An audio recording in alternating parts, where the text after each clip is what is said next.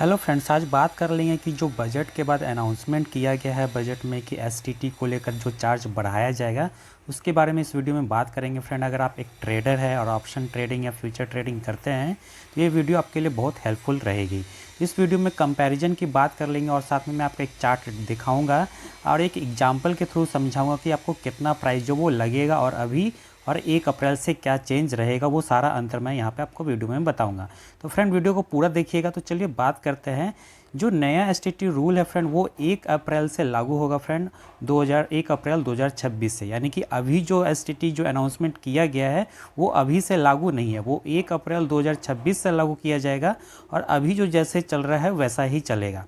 तो इसमें क्या है फ्रेंड कि ये जो एसटीटी चार्ज ये सिर्फ फ्यूचर एंड ऑप्शन यानी डेरिवेटिव्स में आता है ये, और ये सिर्फ एसटीटी बढ़ाया गया है फ्यूचर एंड ऑप्शन वालों के लिए यानी डेरिवेटिव सेगमेंट में। इक्विटी डिलीवरी इंट्राडे एसटीटी जो है वो सेम रहेगा 1 अप्रैल से भी, और अभी जो चल रहा है वही चलेगा और 1 अप्रैल से भी वही चलेगा। और ये जो रिवाइज डेट ये जो लागू किया जाएगा ये 1 अप्रैल से फ्रेंड लागू होगा, 1 अप्रैल 2026 से। अब यहाँ पे मैं आपको कुछ एग्जांपल्स के थ्रू बताता हूँ कि कैसे कंपैरिजन होगा।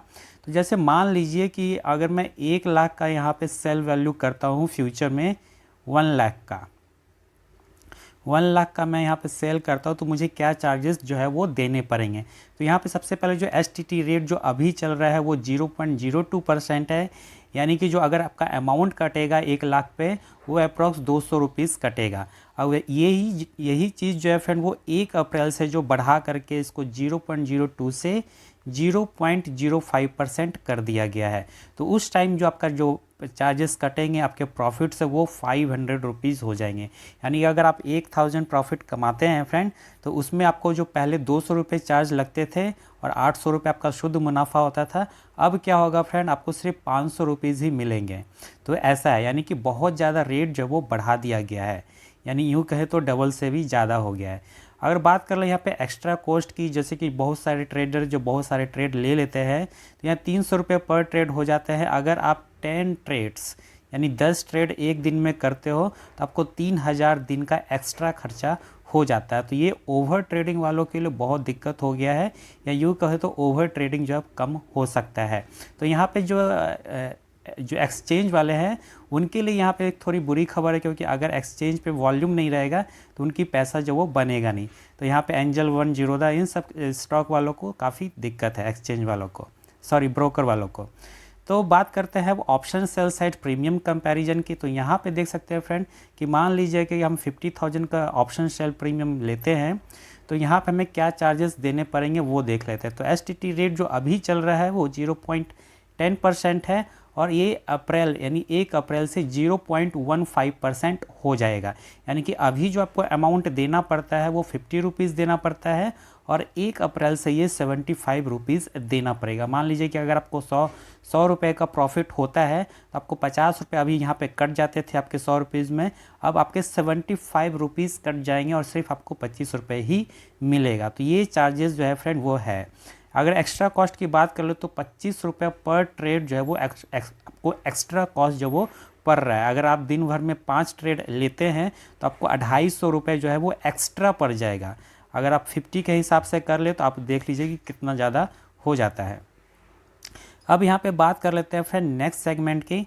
तो नेक्स्ट सेगमेंट की अगर बात कर ले तो ऑप्शन एक्सरसाइज। तो ऑप्शन एक्सरसाइज में क्या किया गया फ्रेंड कि जो एसटीटी रेट था वो 0.125% है अभी, और 1 अप्रैल से इसे भी बढ़ाकर 0.15% कर दिया गया है। तो यहाँ पे क्या है फ्रेंड कि लॉन्ग ऑप्शन होल्डर के लिए भी थोड़ा एक्स्ट्रा बर्डन डाल दिया गया है। हालांकि ये बहुत कम केस होता है, 90% जो ट्रेडर होते हैं अपना पोजीशन पहले ही काट लेते हैं।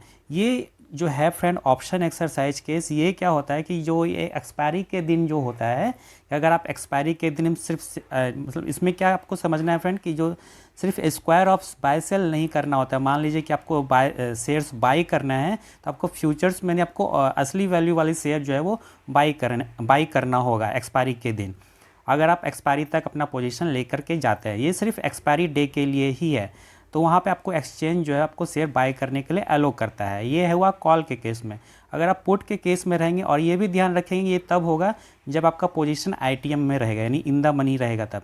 और पुट के केस में बात कर ले फ्रेंड, अगर आपका जो पोजीशन है आईटीएम यानी इन द मनी रहता है, तो वहाँ पे आपको अगर सेल करना है शेयर, तो एक्सचेंज आपको अलो करता है, और आप एक्सचेंज को वो जो शेयर जो है वो अलो शेयर कर देते हैं, एक्सचेंज आपसे ले लेता है। तो ये है फ्रेंड एक्सरसाइज केस, तो यही एक्सरसाइज केस कहलाता है।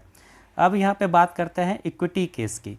तो यहाँ पे अगर इक्विटी केस की बात कर ले फ्रेंड, तो यहाँ पे कोई भी चेंज नहीं है। यहाँ पे जो भी एसटीटी चार्ज लगाया गया है वो सिर्फ डेरिवेटिव सेगमेंट के लिए है, यानी कि एफएनओ पे है। और यहाँ पे इक्विटी में कोई भी जो चार्ज है वो बदलेगा नहीं, यानी 1 अप्रैल से भी सेम रहेगा। अभी जैसा चल रहा है, मान लीजिए कि इंट्राडे एमआईएस जो ट्रेड करते हैं कैश में, वो 0.25% होता है। ये सिर्फ सेल होने पर होता है, यानी आप जब इंट्राडे कैश बाई करेंगे, सेल में इंट्राडे करते हैं, तो वहाँ पर को बाइंग साइड में एसटीटी चार्ज नहीं लगता है। सिर्फ जब आप सेल करने जाएंगे तब आपको एसटीटी चार्ज लगता है, जो कि 0.025% होता है। यहाँ पे मैं आपको बता दूँ, लगभग अगर आप 1 लाख का यहाँ पे इंट्राडे कैश करते हैं इंट्राडे सेल में या बाई में, तो जब आप उसे सेल करेंगे तो आपको लगभग जो एसटीटी लगता है वो लगभग 25 रुपये के आसपास लगेगा। लेकिन यहाँ पे अगर एसटीटी 1 अप्रैल से देखें तो ये सेम रहेगा, यहाँ पे कोई भी अनचेंज्ड अमाउंट नहीं है, यानी कि यहाँ पे कोई भी बढ़ोतरी नहीं की गई। जो अभी चल रहा है वही 1 अप्रैल से भी चलेगा। और डिलीवरी की बात कर ले तो इक्विटी डिलीवरी में तो यहाँ पे 0.10% बाई में भी एसटीटी लगता है, और सेल में भी 0.10% सेल में भी एसटीटी लगता है। तो ये भी 1 अप्रैल से सेम रहेगा, यहाँ पे कोई भी बढ़ोतरी नहीं की गई है। तो यानी इक्विटी केस में कोई भी चेंजेस नहीं किया गया है, ये सिर्फ एफएनओ केस में जो वो एसटीटी बढ़ाया गया है, यानी कि इक्विटी में जो अभी एसटीटी चल रहा है वही रहेगा। अब यहाँ पे बात कर लेते हैं फाइनल वर्डिक्ट की, यानी कि यहाँ पे जो है फ्रेंड की जो कैश सेगमेंट में इंट्राडे करते हैं उनके लिए तो यहाँ पे कोई भी अफेक्ट नहीं रहेगा। और बात कर लें यहाँ पे फाइनल टेकअवे की, तो इंट्राडे कैश ट्रेडर जो होते हैं, जो इंट्राडे में कैश करते हैं, ट्रेडर जो इंट्राडे करते हैं कैश में, वो तो बिल्कुल यहाँ पे सेफ़ है, उन्हें कोई भी टेंशन नहीं है क्योंकि बढ़ोतरी नहीं हुई है। अगर ऑप्शन सेलर की बात कर ले तो यहाँ पे मैनेजेबल की तरह हो गया कि वहाँ पे इसको बर्डन आ गया है काफ़ी ज़्यादा। और अगर फ्यूचर्स ट्रेडर्स की बात कर ले तो सबसे ज़्यादा जो बर्डन है वो इनको ही देखने को मिलेगा, क्योंकि सबसे ज़्यादा इम्पैक्ट इनको ही पड़ने वाला है।